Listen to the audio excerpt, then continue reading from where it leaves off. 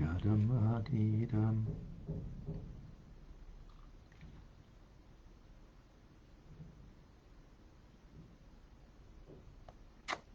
Diddy-da-da-dee-doo.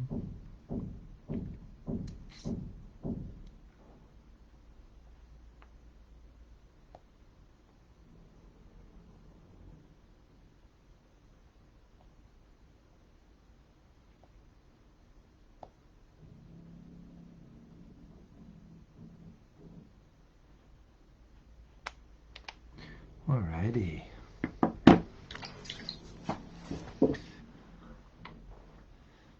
Wonderful. And amazing. Welcome. Tanya Today. I'm Rabbi Ronnie Fine coming to you from Chabad Judaism.Chabad in Montreal, Canada. It's a privilege and a pleasure to share with you the Tanya.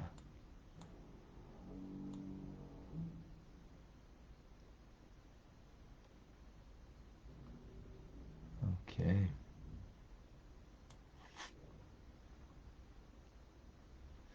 We say hello to Michael in Germany.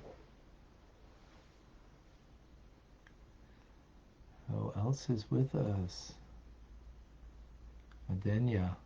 Welcome. Josh from Williamsburg. Welcome. We have Brigator. Not certain from where, but welcome. Costa Rica. We have Carlos is with us. Susan in Pennsylvania. Daniel is with us from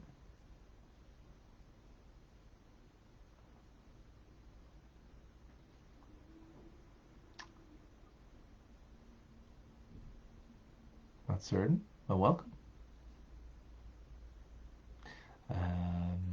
Eugenia is in Calgary. John in North Carolina. Ira is with us, and Diane in Arizona. David is in San Diego. Beautiful San Diego. All right, beautiful. Jackie in Charlotte, North Carolina. Welcome. Elise is with us in Niagara, like in Niagara Falls. Niagara. Maybe that's a different place. Okay. Daphne, South Carolina, welcome. Cindy in Florida. Also, Simcha is in Florida. Denise is in Kansas. She was in Israel. Yohanan in the Netherlands.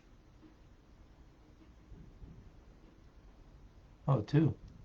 No, Yvonne, sorry, is in the Netherlands. Sorry, my Yohanan is in California. Beautiful.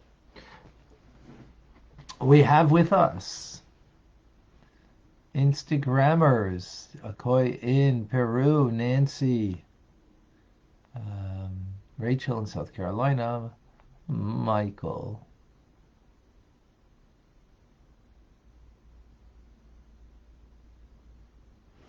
Okay. Davida and Lipa in New York. Elise is with. Oh, close to Niagara Falls. Okay.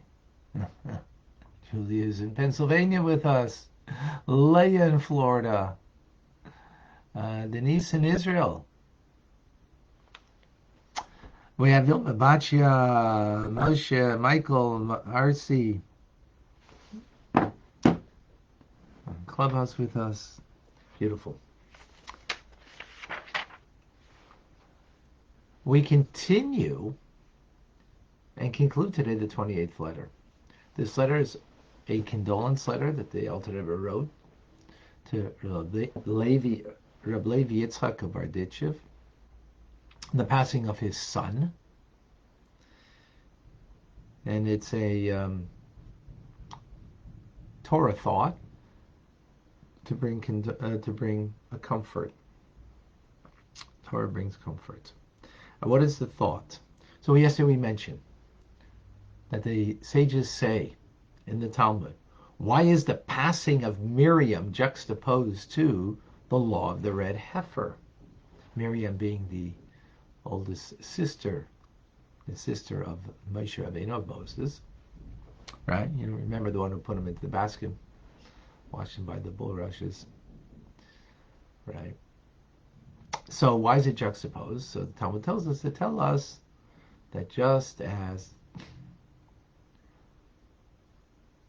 the red heifer, which is used to bring cleansing for a person who came in contact with a corpse, became impure, spiritually impure, and this is the process of becoming purified. So just as that brings atonement, so likewise the passing of the righteous brings atonement. And Miriam, being righteous, she brought atonement to the world. So the Alter Rebbe asks, why would it be juxtaposed to the red heifer and not a regular offering on the altar, like a sin offering? We explained the differences between them yesterday. And based on that, well, we'll get back to it. So,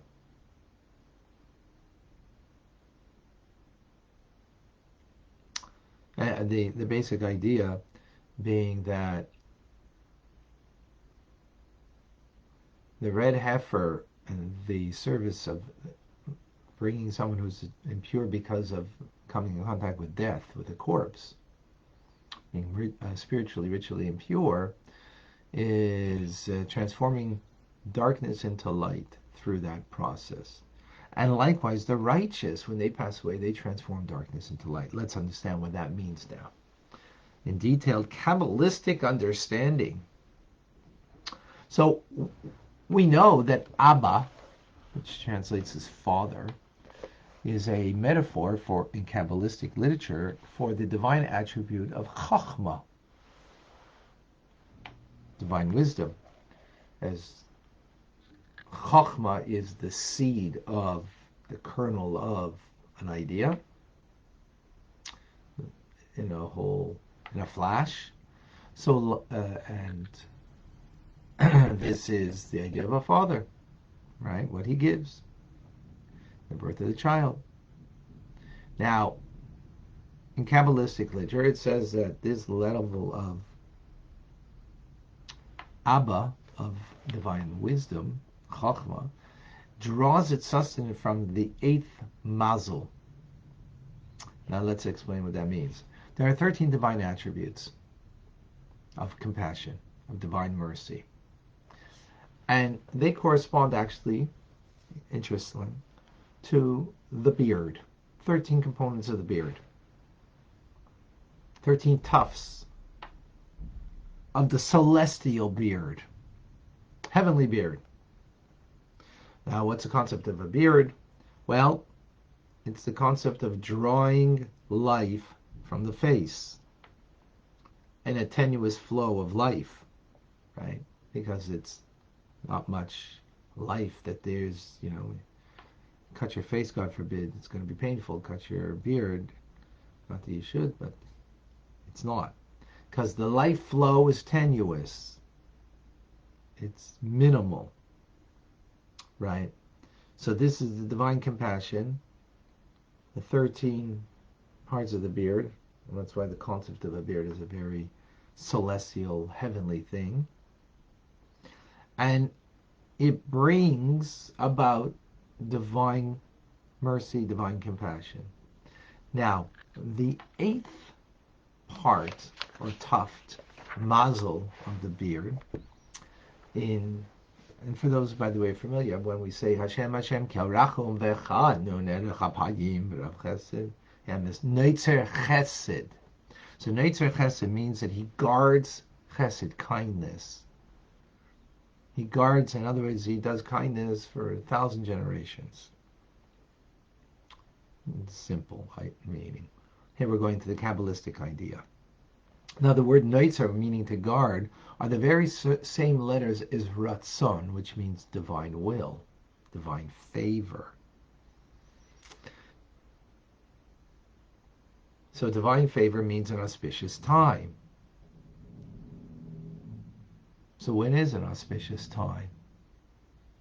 An auspicious time is when the righteous pass away.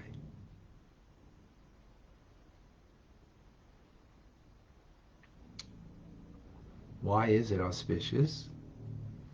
So he explains, because what they served God through their prayers, saying the Shema, surrendering to God with love and devotion every evening and morning when they say the Shema, and also when they study Torah, right, which is God's wisdom. What are they doing? They are what we call the feminine waters, meaning from below, from within their very divine service. They're elevating. They're elevating to a place called, and to elicit down here, Noitzer Chesed, the eighth tuft of the beard, right? Which sustains the Chachma that we said earlier. And when does it become illuminated? When does it become revealed, this divine service of theirs? When they pass away. Time of passing. In other words, all of the sacrifice of their life in the service of God, of the lifetime recitation of the Shema, their Torah study, actually becomes revealed at the time of passing and thereafter, but at the particular time of passing. In other words, the effort that a person puts into this world, even the righteous we're talking about, right, remains hidden above. In other words, the divinity of it remains hidden above. It's beyond. It's an obscured state. When does it become revealed? When does it come manifest? Down here, not above. Time of passing.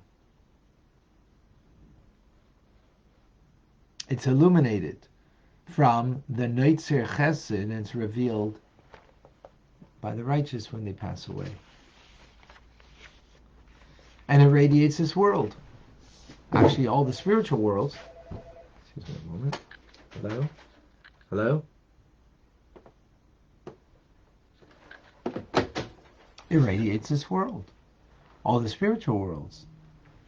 And it radiates this world to bring, actually, when we say radiates the world, with the divine light of God that they served throughout their lives, now it's radiating this world to atone for the sin of the generation. And even deliberate sins, meaning from the three impure klipas that is worse than the klipas noiga. Right? Klipas noiga is unwittingly doing something wrong. Deliberate wrong is shalish klipas noiga is worse. But it brings atonement for that. As opposed to, and this is the mazel of Neitzer Chesed that finds itself, Kabbalistic literature, teachings, it says, the hidden intelligence of Erachampin, of the divine will, and Keser, in other words, the crown. Because that from there is the power, that we could refine things and transform darkness into light,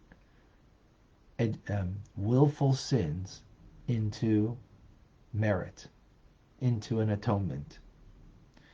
Darkness that comes from the breaking of the vessels and converted into light.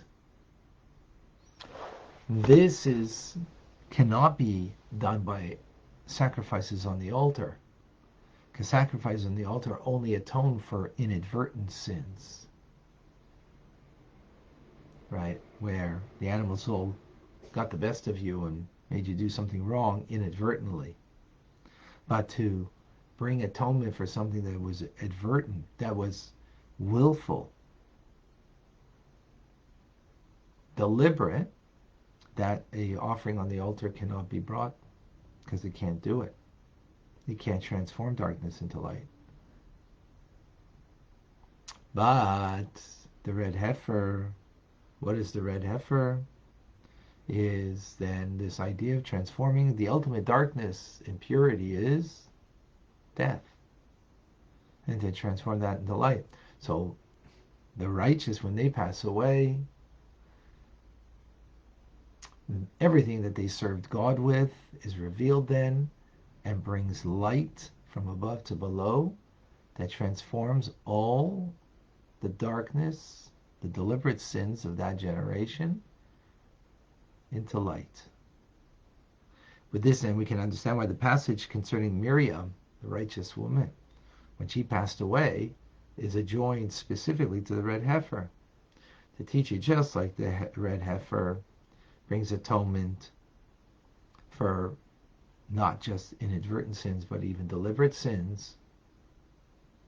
Even if someone deliberately became impure, still the red heifer would atone for them. So likewise, the righteous, when they pass away, they bring a light from everything they accomplished during their lifetime, right, that was really obscured above, meaning that the spiritual power of it did not fully activate itself until their passing. And because of their passing, now it's activated, and therefore it brings atonement to the generation. That's why it's called the waters of purification, because it's purifying that which is, transforming darkness into light.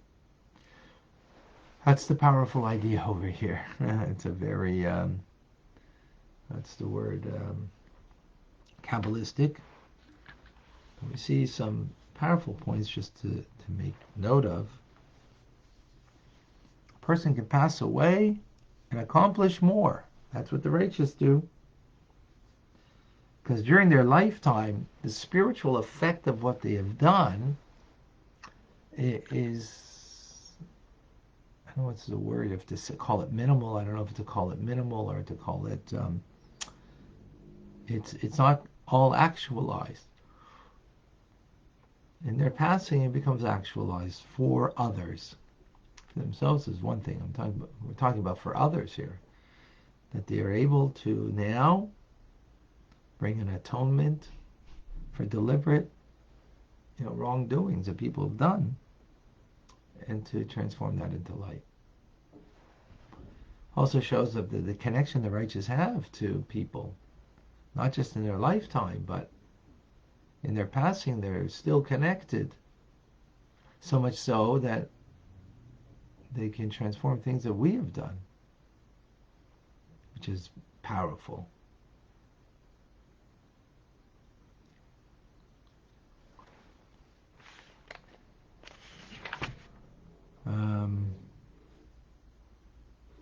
Yeah, just some of the thoughts. Any questions? Any comments? Any discussion? 2 question marks before you ask a question, please.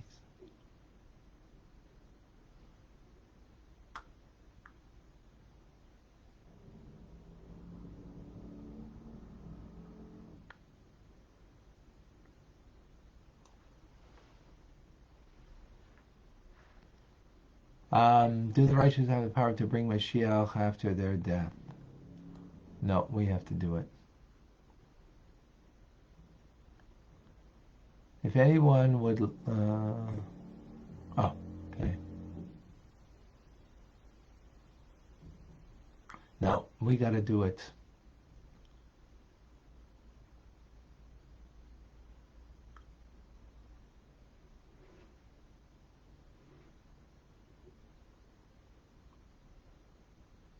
Okay.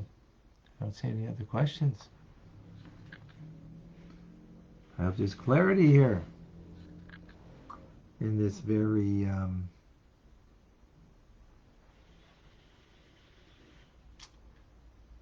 John, is this why we see more tzaddikim pass away in times of surging evil? Yeah, could be. Could be. Yeah. All right, folks. I'm Rabbi Ronnie Fine, coming to you from Chabad Zurich and Kadeshim in Montreal, Canada. It's a privilege and a pleasure to share with you the Tanya. Have an amazing day and a good Shabbos. Thank you for joining.